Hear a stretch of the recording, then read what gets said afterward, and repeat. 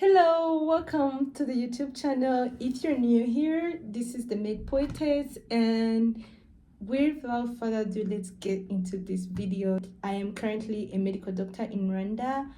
I completed my medical internship about 2 weeks ago, and this is a video where I get into what is internship, what happens in internship, and at the end of the video, I am giving you some tips on how to go through the medical internship in Rwanda.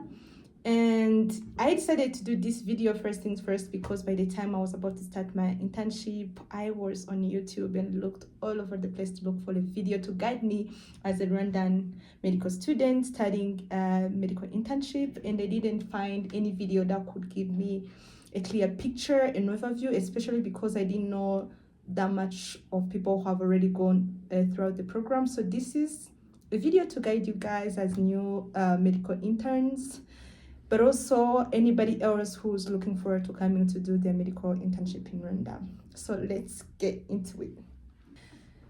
So to begin with, what is medical internship? So medical internship in Rwanda or even in other places in the whole world is a 1 to 2 years period of time where you are serving as a medical intern doctor, being supervised but also doing clinical work, getting involved in clinical judgment, but you are being supervised before you become a full general practitioner and start practicing on your own as a doctor. So in Rwanda, the medical internship is for 1 year, and depending on the type of medical school you went to, whether it's University of Global Health Equity, University of Rwanda, or any other medical school you went to in Rwanda, the program can be for 1 year in one hospital. And for some of the medical schools program, like people who went to University of Global Health Equity, you are doing your internship in 2 different hospitals. So you do 6 months in one hospital and then you do 6 months in another hospital. And so what are you required to have to be an intern doctor in Rwanda? You have to graduate medical school and pass your medical school council exam. In Rwanda, you have to, there is a Rwanda Medical Council exam which you do after the end of medical school, and by the time you pass that, you are eligible to start a medical internship. And before beginning the internship, you have to sign a contract with the Ministry of Health, because the Ministry of Health of Rwanda is the one which is going to lead you to choose a hospital for you to do the internship in. And it is the bigger body you will be reporting to, whether it's cases of patients you are seeing, if there is an issue you are facing. You are under the Ministry of Health as an intern doctor. And just as a disclaimer before I go into much details, I am not a staff member from the Ministry of Health. I am not making this video on behalf of any bigger board or any university.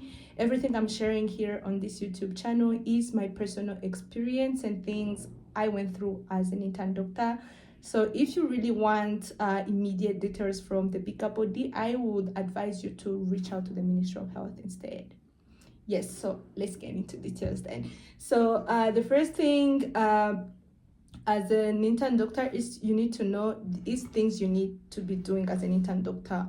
What you need to be doing is clinical work. So you will be rounding on patients, you'll be seeing patients in the outpatient department in OPD, and you'll be working at the emergency. You'll be also sometimes be involved in community outreach programs. And ideally, you are supposed to be under supervision, since that's the initial meaning of internship. But if I had to be honest about that, that would depend on the hospital you are in. In some of the hospitals, intern doctors are really extremely supervised, and the life is really not that different from what you live in as a medical student. But also in some understaffed hospitals, the level of supervision is this small, so you are going to be doing the clinical work actually. So pray the Lord that you will have a little bit of supervision on that. And another thing is, other than that, another thing an intern doctor is supposed to be doing, they're supposed to be logging cases they see of patients and procedures they are doing. There is an MOH or Ministry of Health logbook, which you need, would be better if you had to fill on a daily basis. And I would advise you that by the time you get your login details of how to get into the logbook system, they will give you some guiding videos of how to log cases, and maybe I will make a video about that too, because it was a little bit of confusing at the first time. But basically you need to log cases. There is number of cases they expect you to see as an intern doctor. If let's say, for example, they say you have to log 5 cases of pneumonia, please log the 5 cases of pneumonia. Even if you saw, I believe you will see, of course, more than 5 cases of pneumonia, but you don't have to log everything. So you have to log cases per specific amount of number the Ministry of Health is requesting you. If they're requesting you, please log 15 cases of C-sections you performed. Well, you might be in a hospital where you're going to perform 30, but please, for you to save more time, but also for you to be more efficient, please look at the specific number they are asking you of cases and log them on. And there are really a lot of cases, so I would advise you to do that on a daily basis, so you can do it every weekend. That would help you ease the work instead of leaving it at the end of the time, because you can't really be licensed in Rwanda unless you have gone through the medical internship of 12 months or 1 year, and also you have logged your logbook and you have a fully logged logbook. Yes, so 2 major things to do is the clinical work and the logbook. Yes. And to get also on details of what is expected of an intern doctor, so this is going to be hospital based. Most of the times intern doctors are district hospitals, but sometimes intern doctors are also placed at teaching hospitals and referral hospitals. So depending on where you are, most of the times it's clinical work, but you might also be involved in outreach programs, as I said before. And for some of the hospitals where you have a little bit of more supervision, your job could be more of walking along as senior consultants. And I think this is going to be hospital based on where you will be placed as an intern doctor after the Ministry of Health informs you where to go. And so on the first day as an intern doctor, there's some documents which you need to have ready, because they will be requested of you. Though you are interning, but you will also be helping the clinical staff on the clinical work, and you will be getting a payment, which it's best if we call it a stipend, because you haven't really become fully a full general practitioner, but then you get a monthly stipend to help you as an intern doctor. And on the first day, by the time you take the documents to the HR, please have the following documents ready. You need to have your national ID ready. You need to have your internship license. This is the type of document you get before, by the time you leave medical school. So after you graduate and you pass your medical council exam, the medical school you are going to will write a letter to the Ministry of Health requesting you on your own behalf to get accepted into internship. By the time you get accepted, there are acceptance letters from the Ministry of Health which are sent to each and medical student, and please have that document ready. And with that document also you will get an internship license, and you also need to open a bank account if you don't have one already, because they will need a bank account from the HR to give you your monthly stipend or payment as an intern doctor. And in addition to that, also there is what we call a PBF, or performance-based financing, and this is additional money which some of the hospitals give to healthcare providers and also anybody else working in the hospital. This including nurses, the doctors, the senior consultants, anybody working in the hospital literally. And this money is in addition to whatever payment everybody else is getting. And to be sincere, this is not any specific money coming from the government, so it's different. Some hospitals will give a little bit of more, others will give less. And you can also go in a hospital where they don't give any at all, and unfortunately that's the reality. If they send you to a hospital, you will need to ask the information about that before you get surprised and see that you were only getting your internship license, internship payment, where colleagues from other hospitals, you hear stories that they're getting a little bit of extra money. That's the reality. If you're placed in a hospital that earns more, you have a more performance-based financing money. In addition to that, if you're placed in a hospital that doesn't earn that much, then you will get less. Some of the hospitals give 50K, others can give 90K, others give 140. So that will be the reality for you as an intern doctor. But also, if you end up being placed in a hospital that doesn't give that, then you just get your normal monthly payment as an intern doctor. So please have those documents ready on your day one to take out the HR. Some of the hospitals will first give you a little bit of a tour. They will give you an overview of the hospital system and everything. But then you also need these documents for you to be put in the hospital system and for you to be able to have your monthly payment as an intern doctor. And in addition to that, there are some of the specific things which you need to know as an intern doctor, of an overview of what happens in the hospital, because this was new for me. So I want to give you a general overview of what is happening in the hospital.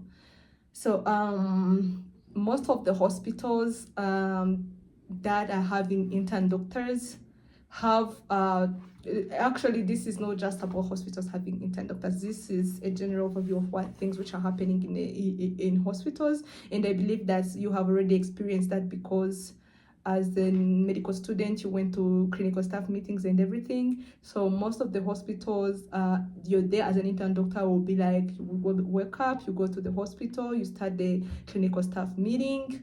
If it's your first day, you have to introduce yourself and and everything else. If it's for the remaining of the days, for the staff meetings. If you're in a teaching hospital that have residents for, let's say, IM, surgery, pediatrics, OB-GYN, most of the times the presentations are done by residents, but in some hospitals, intern doctors do morning presentations. So please, if you are there for a night duty, if you're there for a day duty, be ready to present the patient. And sometimes senior consultants will ask you questions, so it's good for you to read and revise about the patients you're seeing, especially if you're presenting in a staff meeting. So after the staff meeting, you go to see patients. If you're rounding, you go to see your patients. If you're working with a senior consultant, you have to check in with them to see how the day will go. If you're working in the ideal hospital where you need to be supervised. And then most of the times, at least for the colleagues I went to in internship, most of the times we're working in working days and working on the weekends as interns. But also this depends. In some hospitals which are understaffed, intern doctors are working in the weekend, on working days, and also doing night duties. But in other hospitals too, intern doctors are just doing day duties, working days, and they don't work on the weekend and they don't do night duties. But this will depend. Please don't take this as a rule, just in case you find yourself in a situation where you end up in a hospital which is understaffed. If they're understaffed, of course they're happy to have you. Of course they're happy to have you involved in helping out. They can't be understaffed when they have interns. And if I had to be honest, in most, at least in the hospitals I went to in internship, 70% of the clinical work is being run by intern doctors. So you are needed, but you can also end up in some of the hospitals where you were not really needed that much. So please be ready to adjust on that. Yes, I think that was a pretty much good overview of what happens in medical internship in Rwanda. So here comes for the tips, the most important part of the video, and I am going to share with you some of the tips which can help you during internship. So first things first, please don't isolate yourself as an intern doctor. You might go in a team with people, you have fellow medical students you went to in the same team, you have friends, you have family. Please don't go there and isolate yourself, because it's gonna be overwhelming. It's gonna be a lot of clinical responsibilities. It's gonna be a lot of work, and you need your colleagues. You need your colleagues You're going to need them sometimes for clinical, to check in with them for clinical judgment. You can send them x-rays and be like, I have this case, this and this is my diagnosis, I want to treat this patient this way, what do you think? You can check in with them. And please, you are under supervision. If you're not sure of something, call your senior consultant and ask them. You are an intern doctor. You are literally there to learn. You don't know everything. So it's okay to ask a question. That is the second tip. Please don't just go there and be like, oh, I am a doctor, I know everything. Trust me, you don't.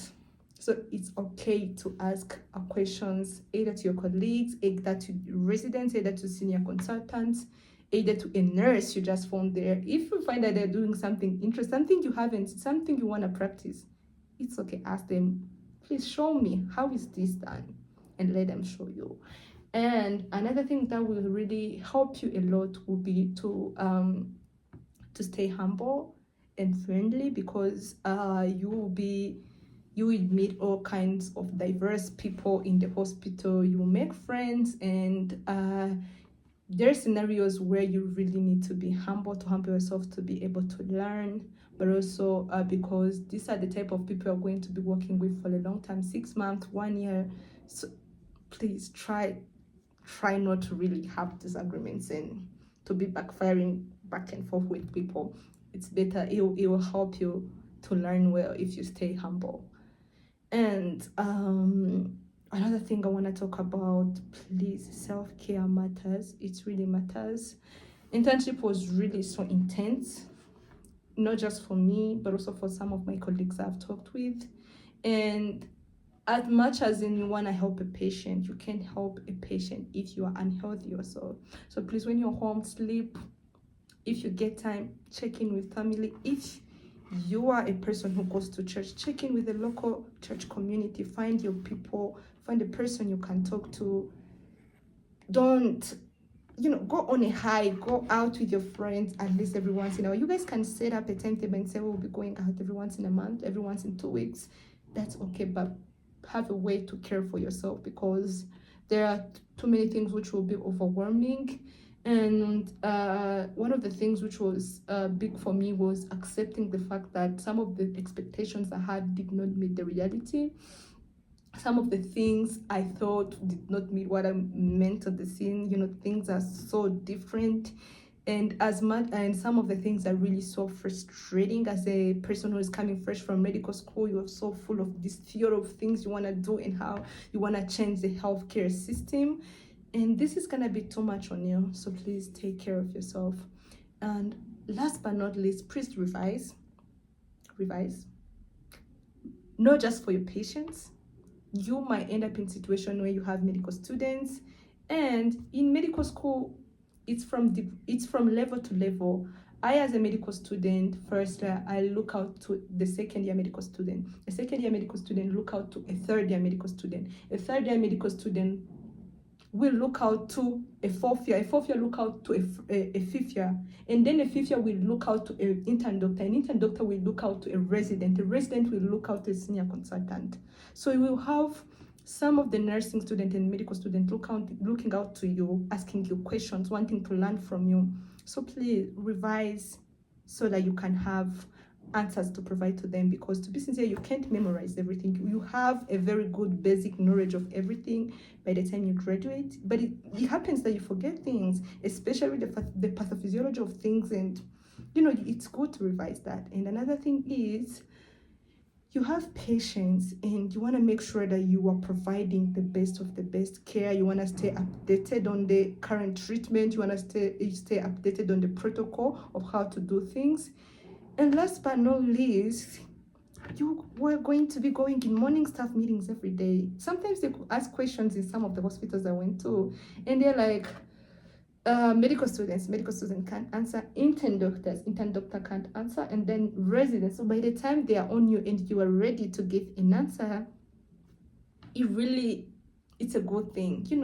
People will respect you if they see that you have something to offer, more than if you're always unaware of anything. So it's really good for you to revise and stay updated on current treatment. So this was an overview video. I hope I covered the majority of everything. Please, if you have a question about internship or anything you want to clarify, you can leave your questions in the comment section.